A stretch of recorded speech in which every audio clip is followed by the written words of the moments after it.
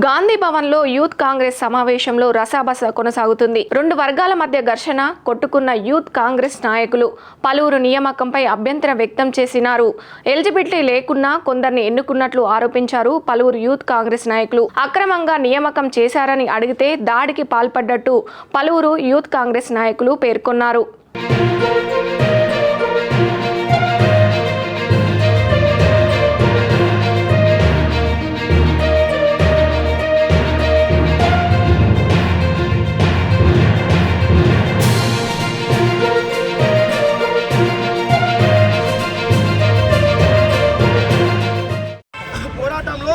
మేము ఢిల్లీకి వెళ్ళి నేషనల్ ప్రెసిడెంట్ నేషనల్ ఇన్ఛార్జ్ కూడా తెలియజేయడం జరిగింది.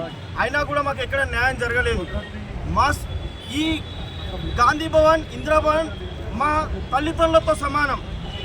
ఈరోజు మేము ఇక్కడికి వచ్చింది ఒక కన్న బిడ్డకి అన్యాయం జరిగితే తన తండ్రి తన తల్లి ఒక్కున చేర్చుకొని ఏ విధంగా అయితే న్యాయం చేయడానికి వచ్చారో దానికోసం ఈ రకంగా ఈరోజు ఇక్కడికి రావడం జరిగింది. కానీ ఈరోజు ఇక్కడ ఉన్నటువంటి మా సోదరులే మాపై అరాచకంగా ఈరోజు ఈ దాడి చేయడాన్ని మేము తీవ్రంగా ఖండిస్తూ మేము ఇప్పటికి కూడా కంకణబద్దుల యువజన కాంగ్రెస్ కోసమే కొట్లాడడం కోసం ఉన్నటువంటి వ్యక్తులమని తెలియజేస్తూ ఉన్నాం. మా దగ్గర ఉన్నటువంటి అనేక ప్రూఫ్లని సబ్మిట్ చేయడం జరిగింది. ఈరోజు మీడియా ముఖంగా కూడా ప్రతి ఒక్క ప్రూఫ్ని మీకు వ్యక్తపరచడం జరుగుతుంది. దయచేసి ఈ ప్రూఫ్లను కూడా చూపించవలసిందిగా మీడియా వారిని కోరుతా ఉన్నా. ఇది డిసిసి భద్రాద్రి కొత్తగూడెం జిల్లా అధ్యక్షుడు డిసిసి గారు ఇచ్చినటువంటి అందులో ఏజ్ ఫ్యాక్టర్ ఉంది. ఆ ఏజ్ ఫ్యాక్టర్ సంబంధించినటువంటి ఎవిడెన్స్ ఏవైతున్నాయో అది చూడండి, దయచేసి దానిపై యాక్షన్ తీసుకోండి అని చెప్పి all India youth Congress president గారికి రాయడం జరిగింది. దాంతోపాటు సీసీగా యూత్ కాంగ్రెస్ ఇన్ఛార్జ్ వారికి కూడా, అలాగే మా ఫ్యాక్టరీలో ఉన్న పాయింటర్ వారికి కూడా రాయడం జరిగింది.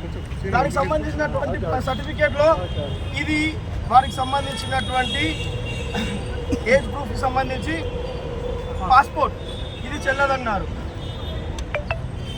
ఇది ఓటర్ ఐడి, ఆధార్ కార్డ్ ఇందులో 1988 సేమ్ ఇదే డేట్ ఆఫ్ బర్త్ ఇందులో కూడా ఉంది.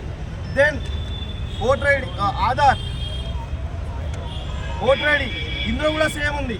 అంతేకాకుండా మా జిల్లాలో అనేక మంది ఇట్లనే ఇది ఆయన టీఆర్ఎస్లో ఉన్నప్పటిది మొన్న పార్టీలోకి వచ్చిన దానికి ఎవిడెన్స్ ఇది కేసీఆర్ గారు మరియు ఆయన అప్పుడు స్టేట్ జనరల్ సెక్రటరీ ఉండే టీఆర్ఎస్కి